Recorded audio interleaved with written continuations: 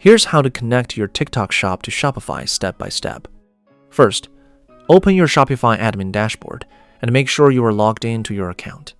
Once you're inside the dashboard, go to the left side menu and click on Apps. Now use the search bar at the top and type TikTok Shop SPL. Make sure you select the official TikTok Shop SPL app, because this is the app used to connect your Shopify store with TikTok Shop for product syncing and order management.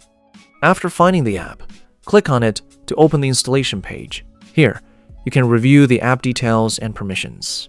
If everything looks good, click on Install and approve the required permissions. Wait a few moments for the installation to finish.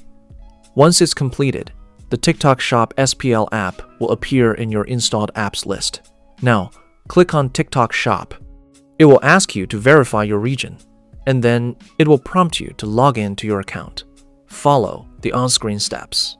Once completed, your Shopify store and TikTok Shop will be connected, allowing you to sync products, manage inventory, and handle orders directly from Shopify.